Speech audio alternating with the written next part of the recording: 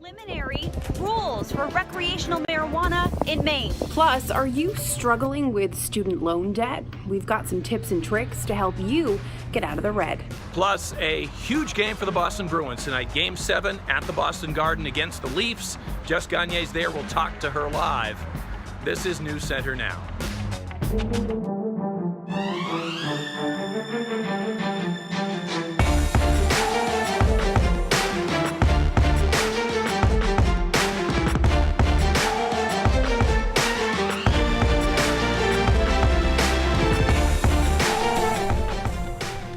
The rule book is out. Mainers are finally getting their first look at the proposed state rules for recreational marijuana use. Good evening, everybody. I'm Lee Nelson. And I'm Lindsay Mills. Mainers voted to legalize marijuana more than 2 years ago now.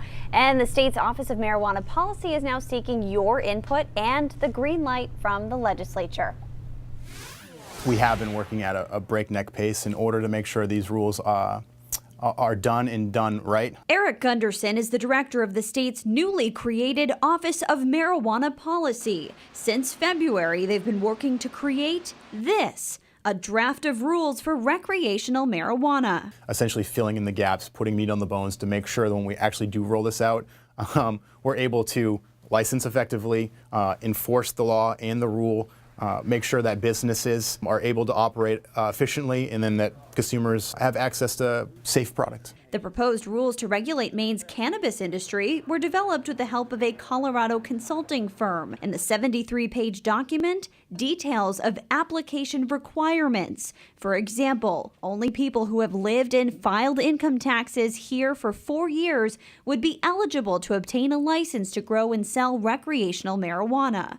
The rules also clarify where marijuana can be consumed. So all the same laws that pertain to cigarette smoke are going to pertain to marijuana smoke. As far as coffee shops are concerned, there's nowhere in our law that will allow any type of social club or pot shop where you can actually smoke. The rule book must get approval from the legislature, but not before going through a formal public hearing process. If lawmakers approve it before their summer recess, then the state could begin accepting license applications later this year. And the state wants the public to weigh in on that draft of rules. You'll find the link to where you can do just that at our website and mobile app. We'll be following this right along as it goes through Certainly. the process, right? Could be the end of this year when applications start Sounds going. like it. Sounds Pretty like interesting. All right, let's talk about the weather now. Jess Conley is in. Sorry, Jess. That's all right. She's good at sports. I'm good at the weather, but not so much the sports. All right, let's talk about the weather, guys. It's okay out there. This right here, the closest thing we have to a window in our weather office. So we've been looking at some of the webcams lately. It actually is drying out right now in Portland. We had some drizzle out there earlier. 48 right now. Winds from the north at about 12 miles an hour, but still some showers lingering around in parts of Maine. You can see a few down east right now. We will see another round of showers overnight tonight and into tomorrow morning. You can see them now starting to move through New York State, but finally on Thursday, guys, it looks like we'll get a chance for some sunshine for most of the day. So that's some good news if you're getting sick of this rain. 49 in Saco, 48 is the current temperature in Portland, 44 in Lewiston. Augusta is at 43. There's much warmer air off to our west, as you can see. 56 over in Wolfboro, New Hampshire, and parts of Vermont right now. It's actually in the 70s. So we're going to see some of that warmer air head our way, and it will be warmer tomorrow. 44 right now in Bangor, 39 in Holton, Presque Isle, Frenchville, currently at 38 degrees. So overnight tonight and into tomorrow morning, you can see that this next band of rain that will move through the early morning hours of tomorrow. And then by tomorrow afternoon, we might have a chance to dry out. But guys, Thursday is looking pretty good. We'll talk about that and talk about the weekend forecast coming up in just a little bit.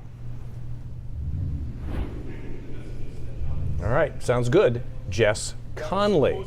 Thank you very much. Some news now, a bill that could end non-medical exemptions for routine childhood vaccines required by schools and certain health care facilities got one step closer to a reality. The Maine House passed the vaccination bill by a vote of 78 to 59. It will now go to the Senate for a vote. This topic has been a big talker on social media. Judy says she's okay with it as long as the medical reason is quantified by a doctor and not suspicious parents. And Deirdre adds the government got this one wrong. This should be between the doctor and patients or parents. A Florida judge has ordered that a video police say shows New England Patriots owner Robert Kraft paying for sex not be publicly released for now. Palm Beach County Judge Leonard Hanser accepted arguments by Kraft's attorneys that releasing the video could harm chances for a fair trial on misdemeanor prostitution charges, and ruled today that it shouldn't be handed over to the media as public record until a jury is seated, a plea agreement is reached, or the state drops the case. The Supreme Court's conservative majority seems untroubled by the Trump administration's plan to add a citizenship question to the 2020 census. There appeared to be a clear divide between the court's liberal and conservative justices in arguments in a case that could affect how many seats states have in the House of Representatives and their share of federal dollars over the next decade. Federal regulators investigating airbag safety have just added another 12 million vehicles to their list of cars to check. Yeah, all these vehicles have airbag controls made by a German company called ZFTRW, and the problems with the airbags may be tied to 8 fatalities. In the accidents in question, the airbags failed to inflate. The companies that use these controls, there are a lot of them: Toyota, Honda, Kia, Hyundai, Mitsubishi, and Fiat Chrysler. The probe covers model years 2010 through this year, and a recall may be on the horizon. And attention, all pregnant women. Listen up. Health professionals say there's something else you should be screened for before you deliver. It's a certain type of bacteria. The alert comes from the U.S. Preventative Services Task Force.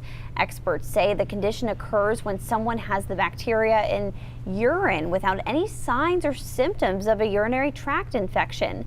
In pregnant women, it can lead to an increased risk of UTI and kidney infections, which can be harmful for both the mom and baby. But experts say a urine test can easily detect that condition. Who are the bigger couch potatoes, men or women?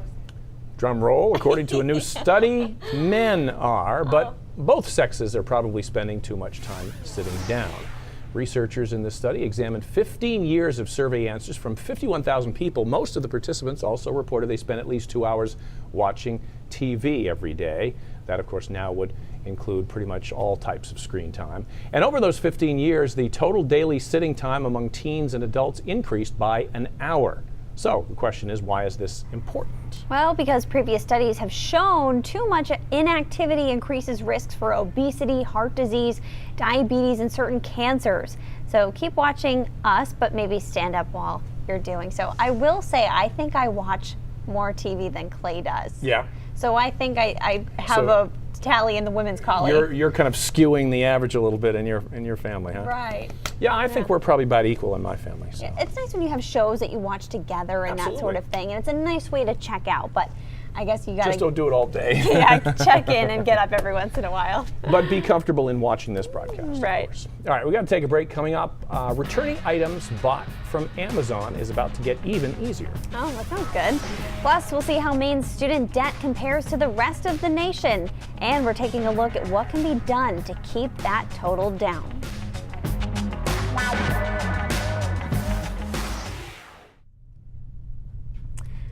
So for part of that, my FB was completely gone. Oh, but no. now it's back a Now little it's bit. back? I'm just wondering if it's just that, it can't talk to the downstairs receivers or something. Oh, that's so strange. It's funny. Does anybody have a dog or cat that watches television? Speaking of screen time, Mine really rarely watches. Daddy doesn't? No, not really. No. What about like if a dog's in the background barking or something? Will she look up? She will look up, but she won't. She doesn't get glued to the TV like some dogs do. How about yours? Lucy, the big one, loves the TV. Really? She watches. She knows when a dog's on. This is the funniest thing. Last night we were watching Family Guy, and she never does anything for Brian, the character that is a dog. But it was the episode where the Simpsons and Family Guy collide, and there was a Simpsons dog. Okay. And she was watching the Simpsons dog. The cartoon dog. That's interesting. Right, but Brian, I guess because he walks on 2 legs, she doesn't care. Right. It's just so funny, and I'm wondering what's going through her little mind, you know? I know. It's when are they going to feed me again? Yes. Or when can I go to the beach and go for a swim? Chad wants to know, Lee, if you're enjoying your new schedule. Yes, incredibly so. Yeah. Incredibly so. Yeah, it's funny. So many people are asking me to, and I really, really am. I'm not fully used to it yet. Like, I know, I was kind of doing this for 4 weeks, and then I was back in the mornings for a week. There's still some things that aren't coming like totally naturally to me yet. But I'm sure over time. You don't have the muscle memory yet of like your routine. Yeah. What do they say? It takes like 90 days to create a routine? I don't know. Betty says her cat watches her iPad. That's really funny. Okay. And she downloaded a game for her. Oh my gosh, that's here. hysterical. I know, it took me a while to punch up today. Jerry says, Lee, it's nice to see you working regular hours. It is nice to be seen working regular hours. And Trey Jerry, is complimenting your hair, saying you have good hair. Well, thank you. Boy, this is my day. I'm losing my voice, however. Well, there we go. That is hysterical. So Betty says you can search cat games, and there are some free ones that come up. Fish and mice run across the screen. Do you have to protect your screen from getting scratched? Betty, that's hysterical. There we go. That took me forever to get logged on there.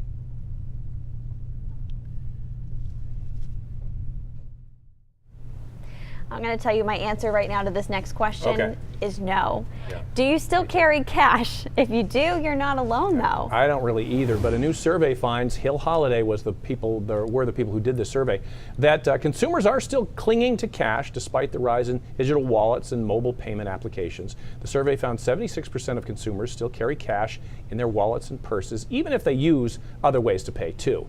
55% said they hated the idea of life without cash. And while electronic payments are very popular among millennials, the study finds that 45% of people over the age of 40 have never used mobile payments. That seems like a high number. That does seem like a high number, especially for how easy they are, All right, and for those of you making online purchases through Amazon, it's about to get more convenient to make a return. I just translate that to more cardboard boxes showing up and leaving my house. Starting in July, Kohl's stores will accept returns for Amazon customers. Kohl's and Amazon will roll out the program to more than 1,000 locations across 48 states.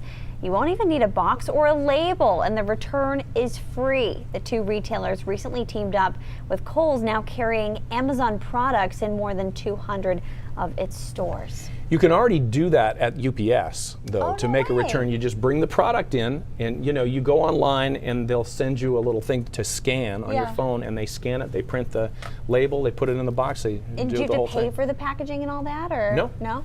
No. That's so convenient. No, but now you can do it at Kohl's as well. I've been keeping far too many things that need to be returned. I'm going to do that. It's super easy. I guess they're hoping you won't return stuff. You'll just buy it anyway. So yeah, so it goes. All right, coming up later on in the show, we'll check in with Jess Gagne, who's getting us ready for the Bruins big game 7 against the Toronto Maple Leafs. And yes, I screwed it up before, but it's Jess times 2 today. That's Jess Conley, and she's got today's forecast. Remember you and Corey were at like an LL Bean Christmas event, and I tossed to you and called you Jess Gagne then too? It happens all the time. Oh my gosh. And Jess Gagne was in the show that night too, because it was like a Friday night. Yes. Yeah. Well, I in my defense, I had just teased her in the walk and talk. So that's my excuse. I'm sticking to it.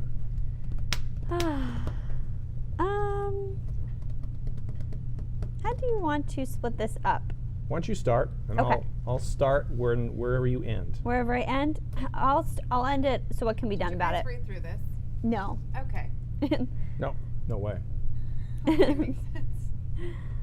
Or you can stop. I can pick it up, and then you want to toss to Sam. It's kind of long, so we could do you, me, you. Sure.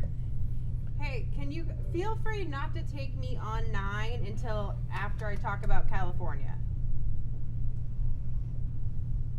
Okay, sounds good, because I'm going to talk to them about this stuff. Thanks, Bill. Joe, they are not going to replace the carpet in the newsroom. That's here to stay. Great question. Yeah.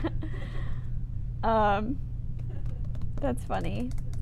I know a lot of people are amped for the Bruins game tonight. Very exciting. Get you in the background. I know what I'm doing. Better? Yeah, that's fine. That's fine. I should be able to work with that. That's it? 31. Wow. Compared to California, it's 130. A person, a borrower, oh my gosh. So guys, we're talking student loan debt. This is a topic that we've had many times in the past here. And Sam, there's this senator in New England who's made a bold statement about this yesterday and how to kind of pay it back, right? Yep, she wants to, so Senator Elizabeth Warren basically wants to use the rich tax, is that what it is there? Yeah, I haven't read up honestly too much on it today. Okay. You got it. But basically she wants to eliminate federal student loans and also public tuitions, or I should say tuition at public universities. So sparked a huge conversation about college debt and how much it's costing and is it impacting, you know, millennials? And it is. Oh, so, yeah. Did you hear NYU Medical School is free now? wow. No way. That's really cool. I did not know that. Yep. It's amazing. Yep. They've managed their endowment in a way that they can, right now they can pay for everyone. Student loan debt has reached the highest it's ever been, $1.53 trillion, and it's expected to continue rising. So what can be done about this? Yeah, well, Massachusetts Senator and presidential candidate Elizabeth Warren is making headlines for her proposed plan to eliminate student loan debt across the whole country. Sam York has more on what something like this could mean for Mainers who have student loan debt. Yeah, absolutely. So here in Maine, on average, people are carrying about $31,000 a piece of student loan debt, which is relatively low compared to places like California. Relatively low. Relatively low, compared to like California, where it's $130,000 is it really? on average per On person. average. So, but still, that $31,000, it's still big enough to delay other financial goals for people here in Maine post-graduation. As a financial advisor, Matt Airy is always thinking about the future. But after graduating from college with some significant student loan debt, the plan for his future was delayed a bit. Kind of hindered me in my first steps of independence. Instead of renting or buying his own home, Airy initially lived with and cared for older relatives to cut back on costs. And though he wanted to start law school, his debt put that dream on hold. It definitely limits your ability to choose kind of the careers that you want to do or where you're going to be, and that's definitely hard. This is the reality for college graduates everywhere. In the last 30 years, student loan debt in the United States has skyrocketed. According to a recent study, in 1985, it was totaling $35 billion. Today, we're talking $1.5 trillion. And that's not all. There certainly are a lot of studies out there about people putting off decisions because of that student loan debt. Martha Johnston has seen the roadblocks that come with college debt, like putting off buying a home or car. She and her team at the Financial Advisors of Maine help student borrowers pay off their loans and get them on a path to success that works for them. Johnston says things like completing your degree, avoiding over-borrowing, and creating a financial roadmap can make a huge difference. It really is worth it. It's just really doing it in a way where you're informed, you're empowered, you're making those decisions that are right for you, and you're doing it with your eyes wide open. That eyes wide open approach is what helped people like Airy eventually buy his first home and start law school. Though it might have taken him a little longer to achieve, he says it's better late than never. For me, it was a very calculated choice because the more proactive you are with it, the better off you're going to be. So there are a bunch of resources available to you if you're looking to learn more about tackling your own student loan debt. Fame even has a calculator you can use to see what your best options are. You can just head to our website or mobile app to learn more.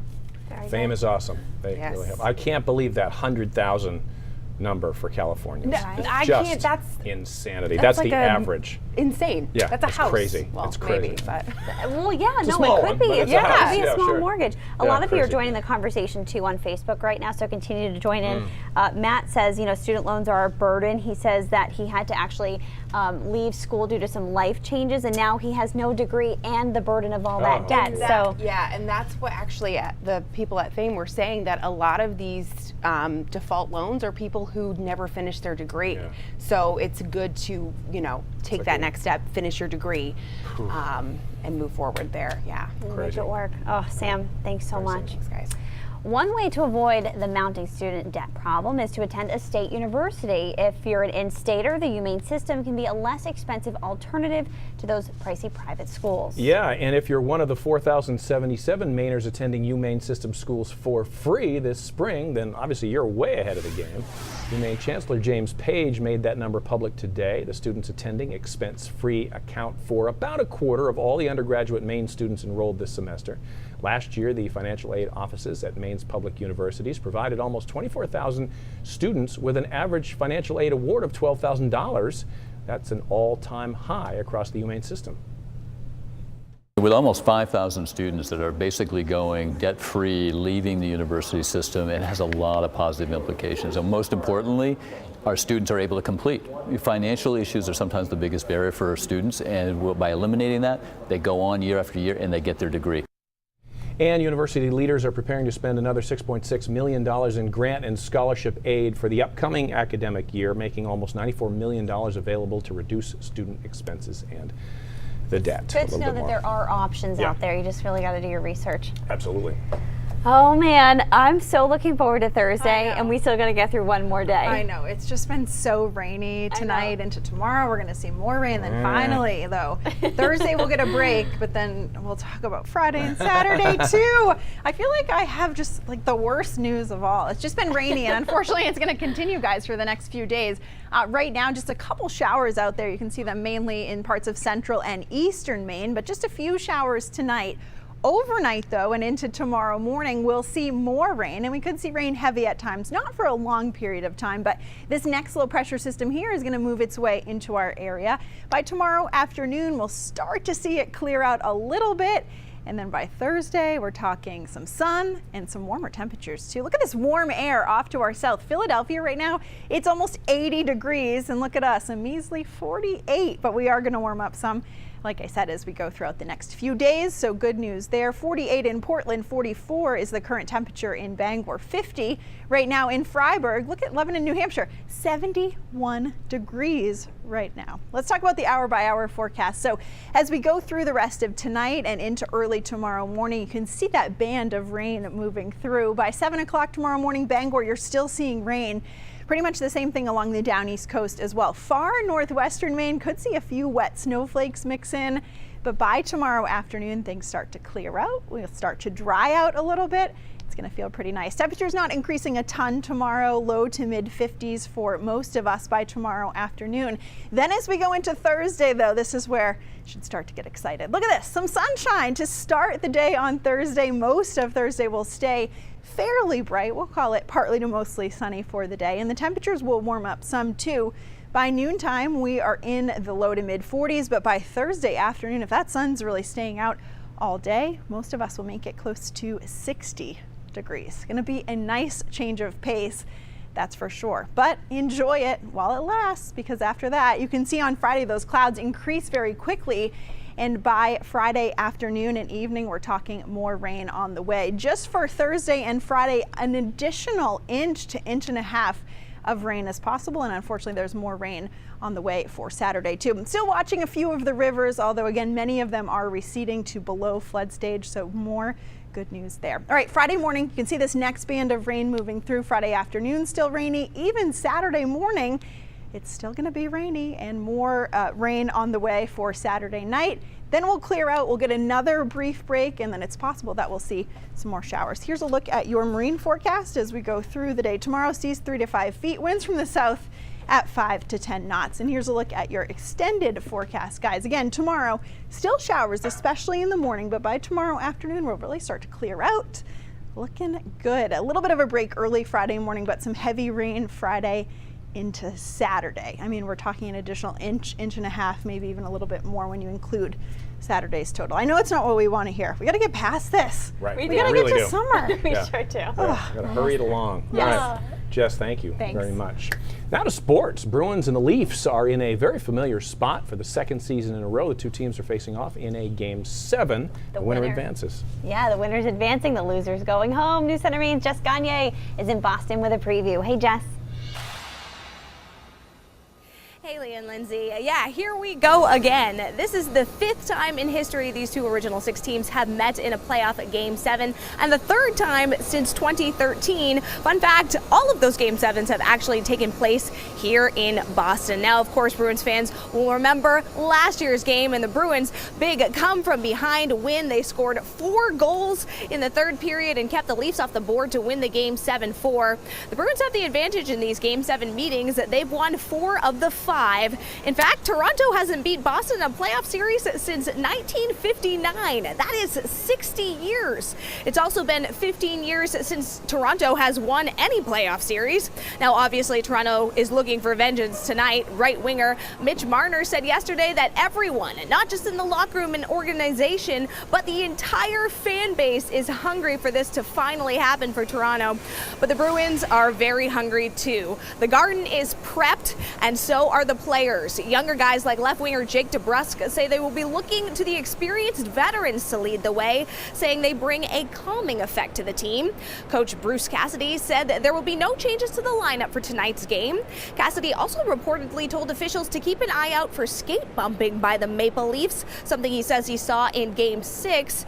Cassidy said he's not sure it's intentional, but wants officials to be on the lookout for it, especially with so much on the line. The puck drops tonight here at 7 o'clock, and obviously we will have highlights for you guys on News Center Maine at 11. So Lee and Lindsay, I'll send it back to you in the studio. All righty. Thank you, Jess, very much.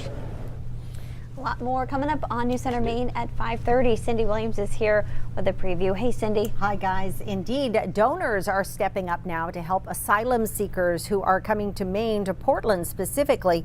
NECN's Dustin Blodkowski explains that the money is actually a temporary fix for what has become a recurring budget problem, so he'll look at long-term fixes. And parents can probably all agree that teaching a teenager to drive is really nerve-wracking. Well, there is a new way to practice that does not involve leaving the house. I kind of like this, although that white knuckle experience you learn from. You're going to be pumping the brake when they're, from the passenger side. Yeah, the imaginary Yes. Yeah.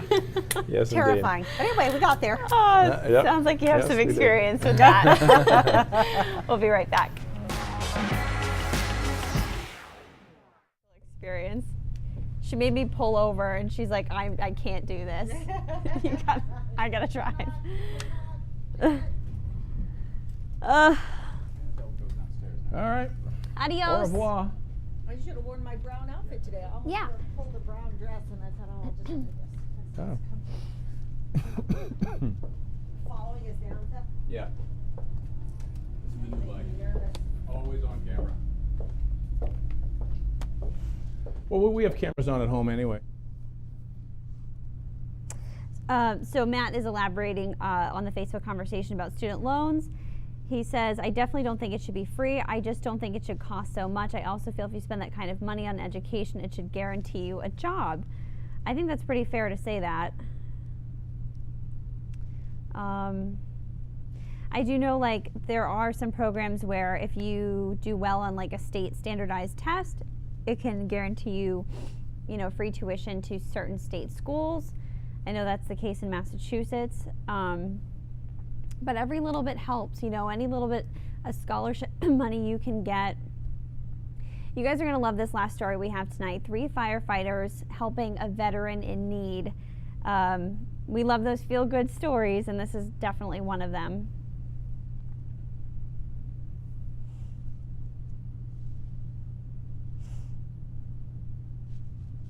Cool, perfect.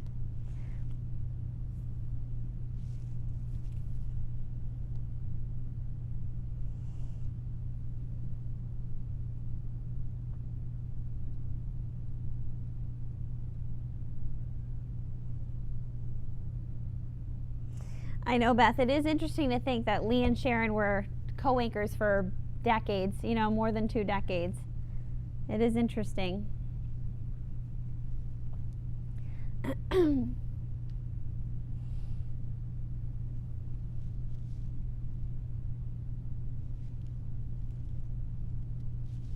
Perfect, perfect.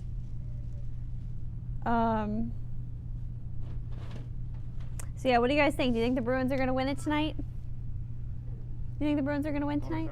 I'm talking to Facebook and you. Oh. Now we're about to come back.